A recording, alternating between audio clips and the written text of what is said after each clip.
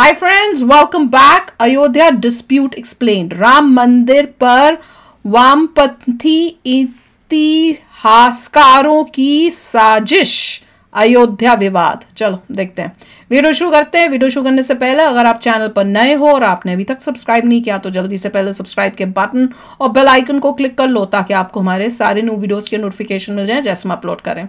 अगर आपको वीडियो पसंद आता है प्लीज लाइक एंड शेयर। चलिए शुरू करते हैं। जय श्री राम। दोस्तों 22 जनवरी को अयोध्या में भव्य राम मंदिर की प्राण प्रतिष्ठा होने वाली है। इससे पहले हमने अपने कई वीडियोस में आपको ये बताया कि कैसे इस सपने को पूरा करने के लिए हजारों लोगों ने कुर्बानियां दी। 500 साल तक इसकी लड़ाई लड़ी गई, 150 साल तक अदालत में मामला चला, सैकड़ों लोगों ने अपनी जान दी, न जाने कितने गुमनाम चेहरों ने मंदिर की लड़ाई में अपना जीवन न्यौछावर कर दिया। ये तमाम कहानियां हैं जो अब तक हम आपको बता चुके हैं, मगर आज के हमारे इस खास कार्यक्रम में, इस वीडियो में हम आपको उन वामपंथी इतिहासकारों के बारे में बताने वाले हैं जिन्होंने भगवान श्री राम पर झूठ बोलकर देश को बरगलाने की, भटकाने की हमेशा कोशिश की। इन्होंने अदालत में यह तक साबित करने की कोशिश की कि भगवान राम का तो वजूद ही नहीं था, अयोध्या एक काल्पनिक शहर था। इतना ही नहीं, इन्होंने अदालत को यह भी कहा कि भगवान श्री राम की पूजा तो सिर्फ 300 साल पहले से होना शुरू हुई।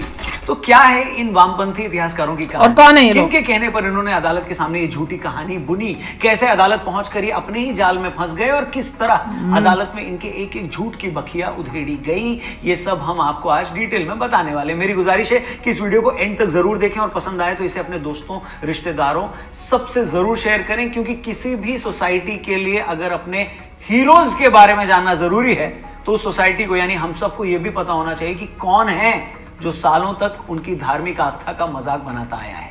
तो आइए शुरू करते हैं। नमस्ते, वेलकम, जय Shri Ram. Millions and millions of people, if someone has to be an inspiration after thousands of years, there must be something. Jai Shri Ram, Jai Shri Ram, Jai Shri Ram, Jai Shri Ram, Jai Shri Ram। दोस्तों अयोध्या में विवादित ढांचे की जगह कभी भगवान श्री राम का मंदिर था या नहीं, इस बात को लेकर हिंदू और मुस्लिम पक्ष के बीच बरसों से विवाद रहा था। एक तरफ हिंदू पक्ष हमेशा से मानता था कि विवादित ढांचा या बाबरी मस्जिद को राम मंदिर तोड़कर बनाया गया, वहीं दूसरा पक्ष ऐसी किसी बात से इनकार करता था। 90 के दशक में इस मामले ने तूल पकड़ा तो मुस्लिम पक्ष अदालत में एक रिपोर्ट का अक्सर हवाला दिया करता था। इस रिपोर्ट का नाम था Ram Janmabhoomi Babri Masjid, a historians report to the nation. इस रिपोर्ट को 4 वामपंथी इतिहासकारों ने मिलकर तैयार किया था। इन चारों इतिहासकारों के नाम थे R S. Sharma, M. Athar Ali, D N. Jha और सूरज भान। इन चारों वामपंथी इतिहासकारों ने 13 मई 1991 को गृह मंत्रालय को एक खत के साथ ये रिपोर्ट सौंपी। इस रिपोर्ट का हवाला देकर दूसरा पक्ष लगातार अदालत में साबित करता था कि अयोध्या तो भगवान श्री राम की जन्मभूमि है ही नहीं, भगवान श्री राम की पूजा तो अभी 300 साल पहले से शुरू हुई। और यहां तक भी कहा गया कि भगवान राम का कोई वजूद था भी या नहीं, यह भी तय नहीं है। आपको बता दें, इन इतिहासकारों ने अपनी रिपोर्ट में कहा कि जिस स्कंद पुराण का हवाला देकर हिंदू यह दावा करते हैं कि अयोध्या भगवान श्री राम की जन्मस्थली है, वो स्कंद पुराण तो खुद 18वीं या 19वीं शताब्दी में लिखा गया है। सितंबर 2019 को सुप्रीम कोर्ट ने इस मामले पर ऐसी रिपोर्ट बनाने पर इन इतिहासकारों को जमकर लताड़ मारी। सुप्रीम कोर्ट ने कहा कि इतने सालों की स्कंद पुराण पर कई लोगों की गवाही ली। इन लोगों से हिंदू और मुस्लिम पक्ष ने बराबर सवाल पूछे, कई श्लोकों पर सवाल पूछे गए, मगर इस सुनवाई में हमें एक भी ऐसा सबूत नहीं मिला जो यह साबित कर सके कि स्कंद पुराण में लिखित अयोध्या महात्म को 18वीं शताब्दी के आखिर या 19वीं शताब्दी में लिखा गया। आपको जानकर हैरानी होगी कि रिपोर्ट बनाने वाले इन 4 इतिहासकारों में से एक सूरज भान को जब ये रिपोर्ट में लिखे तथ्यों पर हाई कोर्ट में क्रॉस एग्जामिन किया गया तो उन्होंने अदालत में कबूल किया कि उनके और आर.एस. शर्मा के अलावा बाकी दोनों इतिहासकार तो अयोध्या गए ही नहीं। यहां तक कि उन लोगों ने वेद और पुराण भी नहीं पढ़े हैं। यह सुनकर अदालत के भी तोते उड़ गए कि जिस रिपोर्ट के आधार पर दूसरा पक्ष ये साबित करने में लगा है कि अयोध्या में भगवान श्री राम की जन्मभूमि कभी थी ही नहीं, जिस रिपोर्ट के बेस पर भगवान राम को ही काल्पनिक किरदार बताया जा रहा था, उसी रिपोर्ट को बनाने वाले इतिहासकार कभी अयोध्या गए ही नहीं। अरे आए क्या, अभी आगे आए। और तो और जिन 4 इतिहासकारों के नाम से ये रिपोर्ट पेश की गई थी उनमें से एक डी.एन. झा ने तो इस रिपोर्ट पर साइन तक नहीं किए थे। अरे देवा। तो दोस्तों इससे पहले कि इस पॉइंट पर आए कि बाद में इन सो कॉल्ड इतिहासकारों, हिस्टोरियंस की सुप्रीम कोर्ट में क्या फजीहत हुई और अदालत ने इनके लिए ऐसा क्या कहा जो भारतीय न्याय व्यवस्था में शायद ही पहले किसी के लिए कहा गया हो, वो सब हम आपको बताएंगे, मगर उससे पहले इन्हीं एक एक झूठ की खबर लेते हैं। दोस्तों हैरानी इस बात की है कि ये वामपंथी इतिहासकार ये साबित करने में लगे थे कि भगवान श्री राम की पूजा तो सिर्फ 300 साल पहले होने लगी है, जबकि आज भी 12वीं शताब्दी में बने ऐसे कई मंदिर हैं जिनमें मंदिर की दीवारों पर रामायण की कहानियां बताते हुए शिलालेख बने हुए हैं। ऐसे 2 मंदिर आज भी मध्य प्रदेश में हैं और तीसरा मंदिर तो खुद अयोध्या में था जिसे तोड़कर बाबर ने वहां मस्जिद बनवा ली थी। थोड़ा और बाद में आ जाएं तो 16वीं शताब्दी में भारत घूमने आए विलियम फिंच ने अयोध्या का जो जिक्र किया है उसे साफ पता चलता है कि वहां हर ओर हिंदू थे। विलियम फिंच बताते हैं कि रामकोट में हिंदू ब्राह्मण पुजारी मौजूद हैं जो वहां स्नान करने आने वाले हिंदुओं के नाम रिकॉर्ड करते थे। मिस्टर फिंच को जाहिर तौर पर उस जगह की आध्यात्मिक इंपॉर्टेंस को कुछ पता नहीं था, मगर अपने संस्मरण में वो कहीं उस जगह पर नमाज पढ़े जाने की बात नहीं करते। लेखक आर नाथ ने उनके इन्हीं संस्मरणों पर India as seen by William Finch के नाम से किताब भी लिखी। इसी तरह 17वीं शताब्दी में एक ऑस्ट्रियन ज्योग्राफर भारत आए थे, उनका नाम था जोसेफ टेफेनथेलर। उनकी लिखी बातें बहुत ज्यादा मायने रखती हैं। क्यों? क्योंकि वो भारत की विस्तृत यात्रा करने वाले पहले यूरोपियन थे। वो 40 सालों तक भारत रहे, उनमें से उन्होंने 7 से 8 साल तो अवध के इलाके में बिताए। जोसेफ भी अपने संस्मरणों में रामनवमी के मौके पर बड़ी संख्या में हिंदुओं के जुटने की उन्होंने बात लिखी है। उन्होंने भी अयोध्या में मुसलमानों के नमाज पढ़ने या बड़ी संख्या में इकट्ठा होने की कहीं कोई बात लिखी ही नहीं। तो दोस्तों, अगर हम इन दो विदेशी लेखकों या पर्यटकों की बात को भी सच मान लें तो वामपंथियों की बात तो वहीं झूठी साबित हो जाती है कि भगवान श्री राम की पूजा 18वीं शताब्दी में होने लगी है। हेलो, पैसा और खा ये के कोई बोल पहला रहे होंगे। प्रोपेगेंडा नहीं था, और न ही ये 4 वामपंथी अकेले थे जो इस दौरान भगवान राम के अयोध्या से कनेक्शन पर सवाल उठा रहे थे। 1992 में कार सेवकों ने जब विवादित ढांचे को गिराया तो उसमें ढांचे के अंदर मौजूद एक शिलालेख भी गिर गया था। वो शिलालेख जो कभी वहां मंदिर होने की पुष्टि करता था। गिरते ही शिलालेख टूट गया था, मगर फिर भी उस पर लिखे शब्दों को साफ पढ़ा जा सकता था। लेकिन जैसे ही ये बात सो कॉल्ड इतिहासकार इरफान हबीब को पता लगी तो वो इस शिलालेख को साजिश बताने लगे। मशहूर इतिहासकार मीनाक्षी जैन जी बताती हैं कि इरफान हबीब का कहना था कि ये शिलालेख मस्जिद में नहीं थे, ये तो बड़ी चालाकी से बाहर से लाकर अंदर रखे गए। तो देख सकते कितना पुराना क्या है। पूछा गया कि अगर कोई कार सेवक बाहर से लाकर इसको रख गया तो किसी ने इसे देखा क्यों नहीं? इसके बाद इरफान हबीब ये कहने लगे कि नहीं, ये तो लखनऊ म्यूजियम से चुरा कर यहाँ लाया गया। जो दर्शक, जो भी व्यूअर्स हमारे नहीं जानते, उन्हें बता दें कि जब जजों ने बाद में जब एएसआई को भरी अदालत में यह बताने के लिए कहा कि ये बताओ उस शिलालेख पर क्या लिखा है, तो जो बताया गया उसे सुनकर आपके रोंगटे खड़े हो जाएंगे। जी हाँ, जो विवादित ढांचा वहां 450 सालों से खड़ा था, उसी ढांचे या मस्जिद के अंदर एक शिलालेख मौजूद था जिस पर क्लियरली साफ साफ लिखा था कि यह मंदिर उस शख्स की शान में बनाया जा रहा है जिसने 10 सिर वाले रावण का वध किया। और ये कोई हवाई या मनगढ़ंत बातें नहीं है, इन सब के सबूत मौजूद हैं। मगर नहीं, इसके बावजूद वामपंथी इतिहासकार, दूसरे पक्ष के लोग लगातार ये साबित करने में लगे थे कि वहां कभी कोई मंदिर था ही नहीं। इसी तरह एक और मुस्लिम नेता सैयद शहाबुद्दीन लगातार ये दावा करते रहे हैं कि किसी और धार्मिक स्थल की जमीन पर मस्जिद बनी नहीं सकती। वो ये भी कहते रहे हैं कि अगर ये साबित हो जाता है कि वहां कोई मंदिर था तो हम खुद ये जमीन मंदिर के लिए खाली कर देंगे। तो करो। मगर जैसे ही एएसआई की खुदाई में सबूत सामने आने लगे कि वहां पहले से कुछ था तो इन लोगों के सुर बदल गए। अचानक ये लोग कहने लगे कि वहां मस्जिद से पहले ईदगाह थी। आपको बता दें कि इन लोगों ने इलाहाबाद हाईकोर्ट में जब वहां ईदगाह की दलील दी तो अदालत क्या होती है? फटकार लगाई। अदालत का कहना है कि अब तक आप कह रहे थे कि मस्जिद खाली जमीन पर बनाई गई, अब आपको अचानक से कैसे याद आएगा कि यहाँ पहले ईदगाह थी? तो दोस्तों, कहने में कोई हर्ज नहीं है कि चाहे एक टाइम की सरकारें हों, वामपंथी इतिहासकार हों या दूसरे पक्ष के लोग हों, इन लोगों ने अयोध्या को लेकर तमाम झूठ बोले हैं, दबा के बोले। इन लोगों ने झूठ की ऐसी रेल चलाई है जिसमें अदालतें कई सालों तक उलझ कर रह गई। मगर जैसा कहते हैं ना, सच एक न एक दिन बाहर आई जाता है। और विवादित ढांचे के पहले मंदिर होने की हकीकत भी सामने आ ही गई। इलाहाबाद हाईकोर्ट के आदेश पर 22 मई 2003 को विवादित ढांचे की खुदाई का काम शुरू किया गया, जो 11 जून 2003 तक चला। खुदाई करने वाले 131 मजदूरों में 52 मुस्लिम मजदूर थे। खुदाई शुरू होते ही पहले तो ये जानकारी लोगों के होश उड़ गए कि मस्जिद की कोई बुनियाद ही नहीं थी।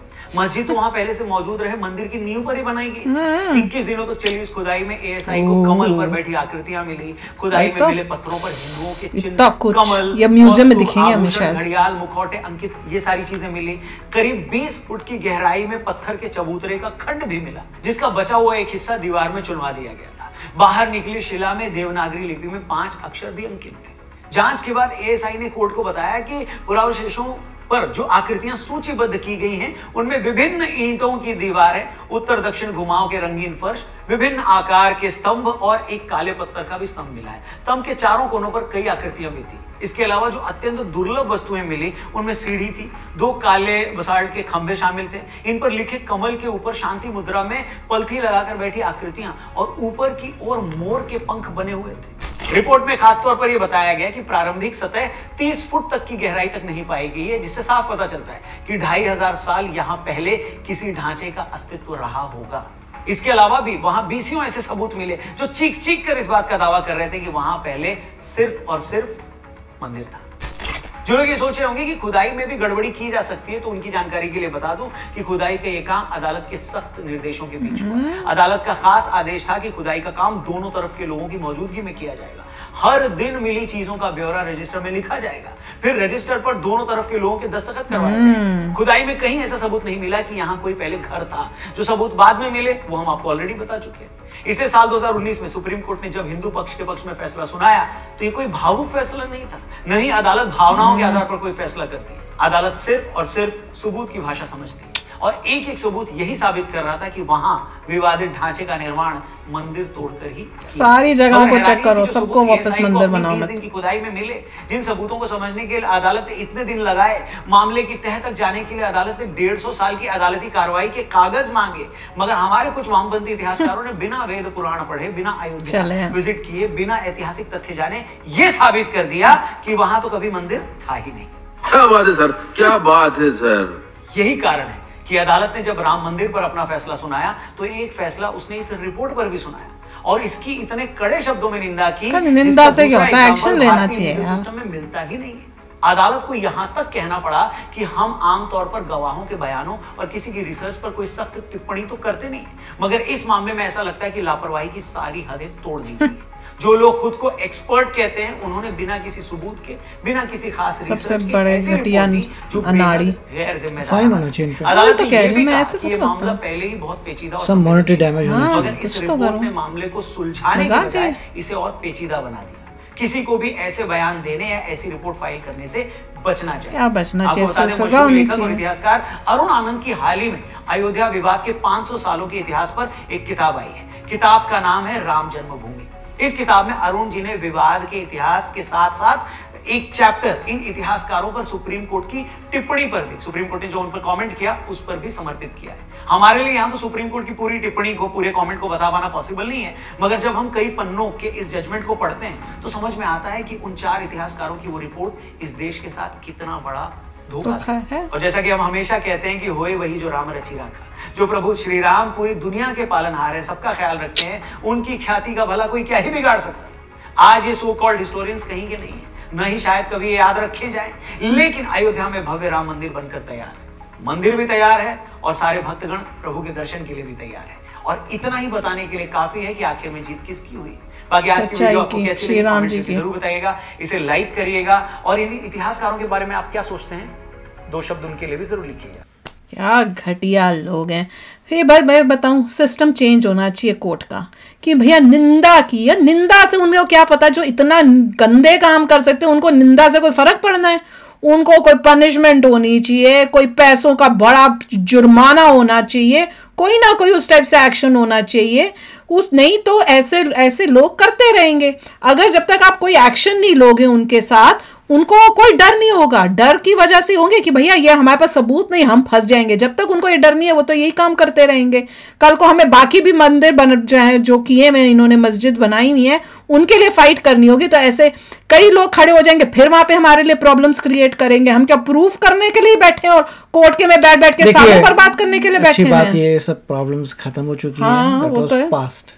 पर बाकी भी तो फाइट तो अभी भी है कि कुछ लोग हैं जो मैनिपुलेट कर रहे थे, जो ढंग से, जिन्होंने इतना झूठ सब गलत कार्य करे थे। अच्छी बात है कि इनके झूठ वगैरह पकड़े गए और पूरा मतलब कहने का पॉइंट था कि पूरे फैक्ट से ये डिसीजन हुआ है। अच्छी बात है कि बहुत अच्छा डिसीजन आया after looking all the facts. अब अगर कहीं और भी डिस्प्यूट है तो वहाँ से जितनी भी लर्निंग है वहाँ जाएगी, वहाँ पर भी आप लेके आइए फैक्ट्स। और मुझे याद है जब हम लोग ताजमहल गए थे तो हम एक घोड़ा गाड़ी में बैठे थे, तो उसमें जो 2 लोग थे, एक चला रहा था और एक पीछे साथ में था। मैंने खुद उनसे पूछा था कि यहाँ पे हमने सुना है, क्योंकि वीडियोस देखी थी कि यहाँ पे क्या कुछ हिंदू मंदिर या कुछ उस टाइप से है।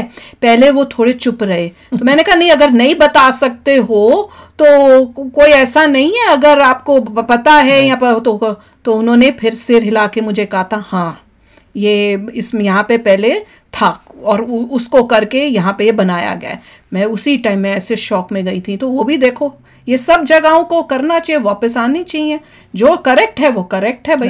तो आप भी शेयर करना अपने थॉट्स। चलते हैं, मिलेंगे नेक्स्ट वीडियो में बहुत ही जल्द। Till then take care and bye bye. तो अगर आप मेरे इस चैनल पे नए हो तो जल्दी से सब्सक्राइब के बटन को हिट करो और बेल आइकन को क्लिक करो, ताकि आपको मेरा जब नया वीडियो मैं लगाऊं आपको उसके बारे में जल्दी से पता चल जाए।